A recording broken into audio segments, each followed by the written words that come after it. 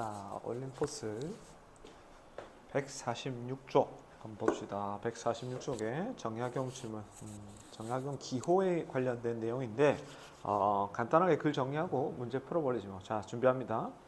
조선 후기 실학자인 정약용은, 자, 일단 정약용 선생님에 관한 정보가 나오고, 이분은 일단 실학자입니다. 여러분들 그 주의해야 될 게 실학도 유교의 일종이기 때문에 여러분들 이거 배경 지식으로 조금 가져가야 될 게, 유학 안에 하위 범주로 성리학도 있고 실학도 있고 뭐 등등등 이렇게 있는 겁니다. 근데 일단 유학자 중에 우리 정약용 선생님은 실학자입니다. 자, 기존의 성리학 전통과 다른 인간을 구성하려고 하였다. 그러니까 딱 비교하는 게 기존 성리학입니다. 그렇죠? 그러면 인간을 어떻게 보는가? 조선사회에서 본성이라는 주제는 인간을 규정짓는 핵심적인 관건이었기 때문에 정약용이 구성하려고 하는 새로운 인간은 새로운 본성에 기초해야 했다. 자, 그는 그리고 정약용은 본성을 마음의 현상인 기호로 이해했다. 자, 그러면 우리 약용이 형이 새로운 인간형으로 만든 우리 인간의 본성을 뭐라고 했다? 기호로 여겼습니다. 기호.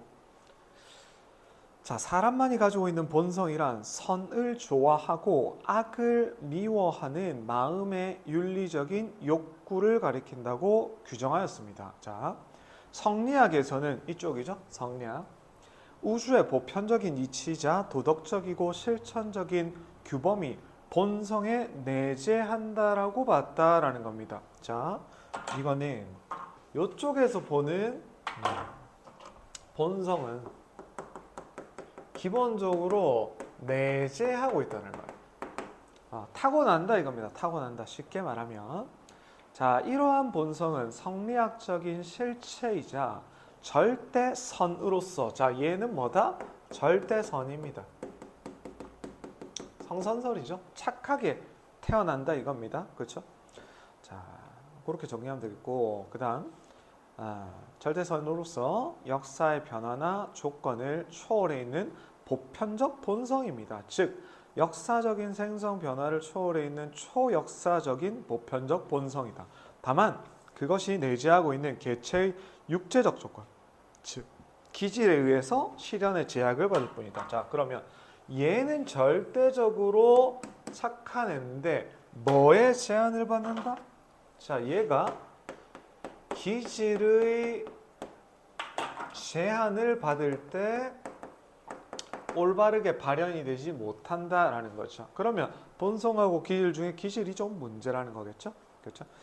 자, 실천적인 규범의 도리를 함축하고 있는 본성은 사람이 일상에서 타인과 또는 외부 사물과 맺어야 하는 윤리적 도덕성의 완전한 잠재태라고 할 수 있다. 잠재적으로 완벽하게 갖추고 있다는 겁니다. 이러한 성리학의 본성은 현상적인 의식의 마음을 초월하는 본질의 위상을 갖기 때문에 내성적 관조로 흐를 수 있다. 자, 이 이론에 관해서 어떤 위험성이 있냐면 내성적 관조로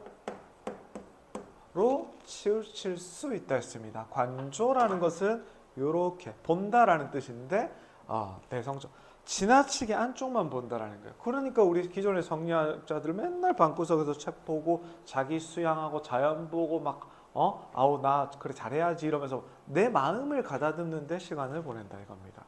자, 그러나 정약용은 본성을 성리학에서 말한 고정되어 있는 내재적 본체가 아니라, 자, 윤리적 욕구로 봅니다.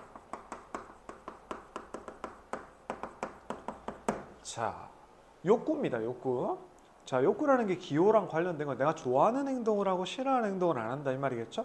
그는 사람만이 가지고 있는 본성은 하늘이 내려준 성스러운 욕구로 선과 악을 분별할 줄 아는 능력을 갖춘 동시에 선을 향한 순수한 지향성을 지니고 있다. 자, 얘가 욕구인데 얘가 뭐를 향했다? 선을 향한 지향성을 가지고 있다. 선을 추구한다 이겁니다. 자, 내 자체가 선이 아니라 선을 추구하는 본성을 내가 가지고 있다는 겁니다. 그렇죠? 말이 다르죠?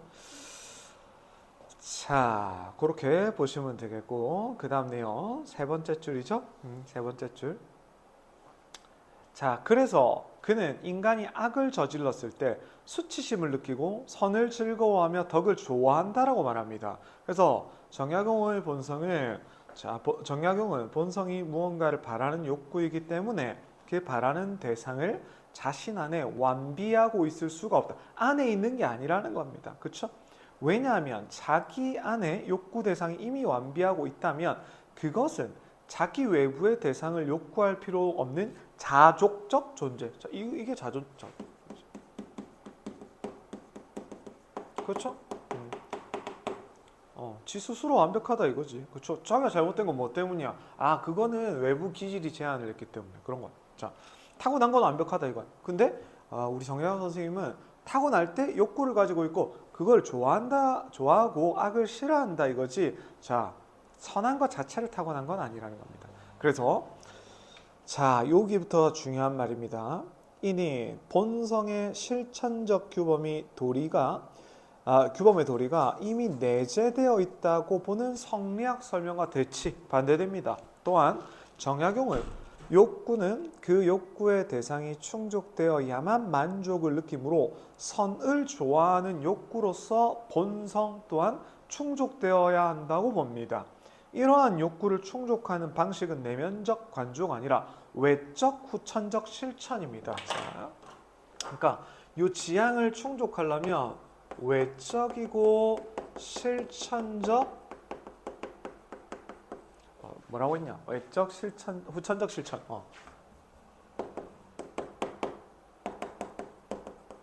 그러니까 내가 윤리적 욕구가 있는데 나한테 만족감을 주려면 어디 가서 착한 일을 해야겠죠. 그래야 나한테 만족감을 주겠죠. 그렇죠? 나쁜 놈들 하지 말라라고 해야죠. 그래야 만족감을 주겠죠. 얘는 방구석에 앉아 있어도 지가 만족한다라는 겁니다. 완벽하게 다르죠. 그렇죠? 어디가 더 마음에 들어? 당연히 뭐 이쪽이 더 현대적이죠. 그렇죠? 자, 그다음 요렇게 주장을 하고 나니까 이걸 까는 사람들이 생기죠. 우리 기존 성리학자들 자기들 프레임이 있으니까 또 깝니다. 어떤 의문을 제기하냐면 네 번째 문단. 그런데 우리의 마음이 선을 좋아하는 본성을 가지고 있다는 점은 어디에서 확인할 수 있을까? 야, 이거 진짜 맞냐? 선을 향한 지향성이라고 너 주장하는데 이거 어디서 확인해? 진짜야? 이렇게 물어보는 겁니다. 그거에 대해서 답을 하죠. 정약용 두 가지 단서를 들어 이에 집중합니다. 하나는 즉각적으로 경험하는 눈앞의 즐거움이라는 말을 씁니다. 이게 무슨 말이야? 자, 이니 의식적인 노력이나 의지 없이 눈앞에서 바로 확인할 수 있는 무반성적 즐거움이다. 예를 들어서 도둑이 도둑질을 하여 악을 저질러도 사람들이 그런 사실을 모르고 칭찬하면 그는 좋아합니다. 이러한 사실은 실제 악을 저질러도 본래 마음의 욕구는 선을 좋아한다는 증거가 된다. 자, 눈앞의 즐거움.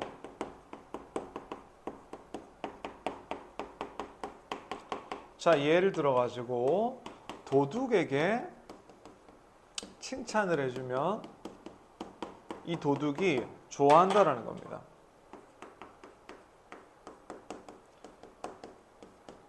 자, 악을 행한 사람도 선을 행했다고 칭찬을 하면 좋아한다는 겁니다. 이건 선에 관한 칭찬이죠. 실제로는 악을 했지만 그러면 악인도 선을 추구하는 마음은 있다라는 거예요.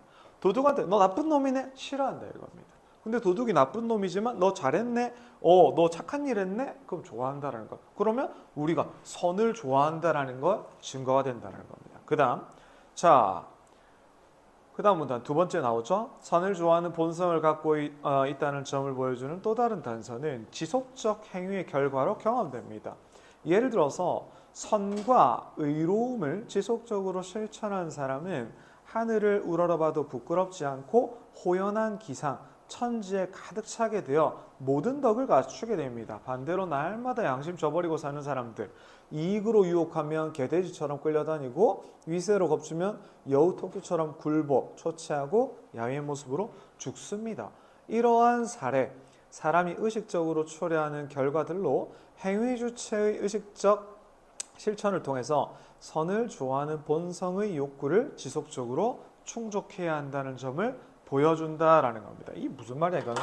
자, 두 번째로 지속적 행위 결과. 야, 한번 봐라.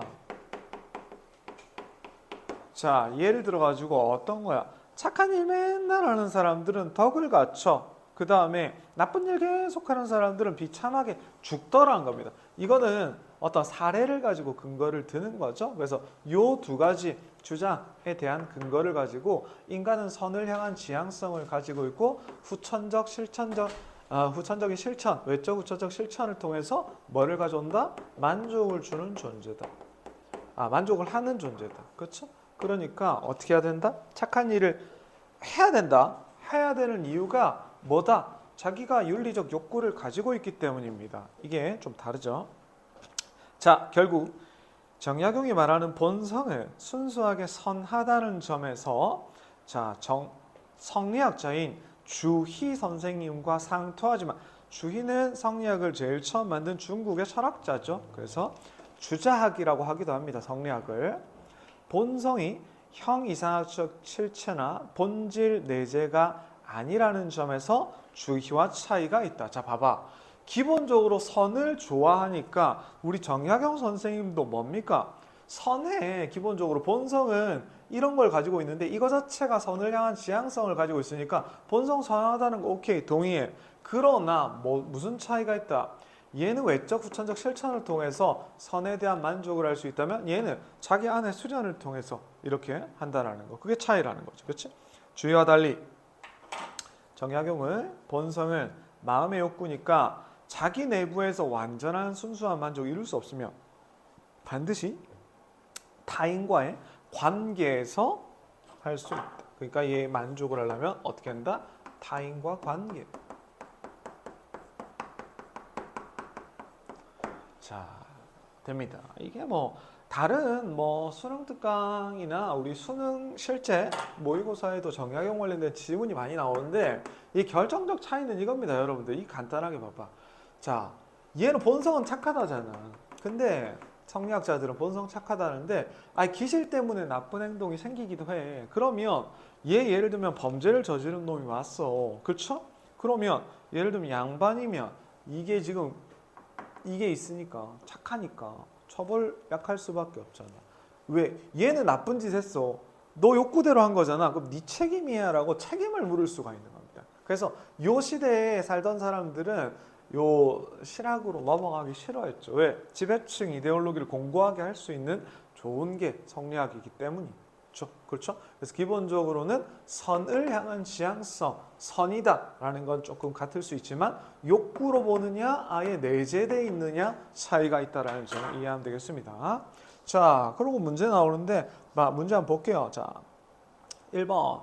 윗글에 대한 설명으로 가장 적절한 것은 안 푼 친구들 끈 거 좀 풀고 하세요. 자, 답은 4번이죠. 정약용 이론의 특징 분석하면서 했죠. 성리학 이론 공통점은 뭐 있어? 다 선을 지향한다. 선이다. 그리고 차이점은 뭡니까? 얘는 후천적 실천이나 타인과 관계에서 이렇게 만족이 오는 반면에 이 기존 성리학은 내성적 관조로 흐를 가능성이 있다는 차이점까지 정리했습니다. 자, 그 다음에 2번에 윗글의 정약용과 보기의 고자, 맹자 비교하여 이해한 것으로 적절하지 않은 것을 자, 밑에 예문 한번 보죠. 보기에 고자. 자, 인간 본성을 가치 중립적인 것으로 보고 맹자 성선설 비판한다. 참고로 맹자는 우리 성리학자죠. 맹자는 생리적 욕구로 본능, 도덕적 규범으로서의 본성을 구분하며 사람의 본능은 사람은 본능의 욕구를 절제 선천적으로 내재해 있는 인의예지라는 선한 본성 발현. 그러나 고자는 본능과 본성 같은 것이고 맹자가 사회적 가치와 자연적 본능 구분하지 못한다고 비판. 또한 고자는 가치를 판별하거나 규정할 수 없는 선천적 본능과 달리 인의 예지와 같은 사회적 이런 거는 후천적이니까 주체 선택에 의해서 실현될 수 있다고 본다. 고자는 좀 정약용 관점하고 비슷하죠. 그렇죠? 그래서 고자를 정약용 라인으로 좀 놓고 보고 그 다음에 맹자는 기존 성리학이라고 좀 보시면 문제 푸는데 무리가 없겠죠. 자, 그래서 1번 정약용 고자와 달리 인간 본성은 가치를 판별할 수 있는 것으로 본다. 그거 맞죠? 그렇죠? 비슷한 점도 있지만 이 부분에 있어서는 고자랑 좀 다르죠. 가치 판별할 수 있는 거. 그러니까 뭐다? 욕구. 그 다음에 2번에 고자 마찬가지로 주체적 선택, 노력, 선택 노력이라는 측면에서는 고자랑 공통점이죠. 그렇죠? 3번에 자, 정약용은 맹자와 달리 인간의 본성에는 도덕적 규범 내재되어 있지 않다고 본다. 어때? 그렇죠? 도덕적 규범이 내재되어 있는 게 아니라 이 윤리적 욕구가 내재되어 있다라고 보는 게 정약용이니까 이것도 맞는 설명이고 4번에 정약용은 맹자와 마찬가지로 인간의 본성에 따라 순수하게 선을 지향할 수 있다고 본다. 뭐 선지향은 똑같죠. 그렇죠? 그 다음에 5번에 자, 정약용은 맹자와 마찬가지로 인간 본성을 실현하려면 타고난 욕구를 절제한 정약용은 욕구 절제 아닙니다. 욕구를 오히려 분출하고 충족시켜야 됩니다. 왜? 우리 인간은 선을 향한 욕구를 가지고 있기 때문에 이거는 추구를 계속해야 되는 거죠. 그러니까 5번은 틀렸죠. 욕구 절제 아닙니다. 자, 맹자는 욕구 절제 맞겠지. 기질이나 이런 욕구, 기질이 욕구거든. 예를 들면 내가 막 남의 거 밥을 배가 고파 남의 거 저 맛있는 거 먹는 거 뺏어 먹고 싶어 이런 건 욕구니까 정약용의 입장에서는 오케이 절제인데 맹자 입장에서는 오케이 절제인데 정약용은 아니죠. 그렇죠. 그 정도 보시면 되겠고. 그 이번 문제가 좀 중요하겠죠. 조금 출제자가 성의가 있으면 이런 거 변형해서 좀 객관 서술형 이렇게 할 수도 있는데 성의 없을 것 같긴 한데. 자, 3번. 정약용의 관점에서 A를 설명한 것 적절하지 않은 것은 자, 요거는 4번이죠. 4번. 자, 4번에 누구나 지니고 있지만 실천 과정에서 기질 제약받을 수 있다라는 건 누구? 성리학자의 입장이죠. 그렇죠?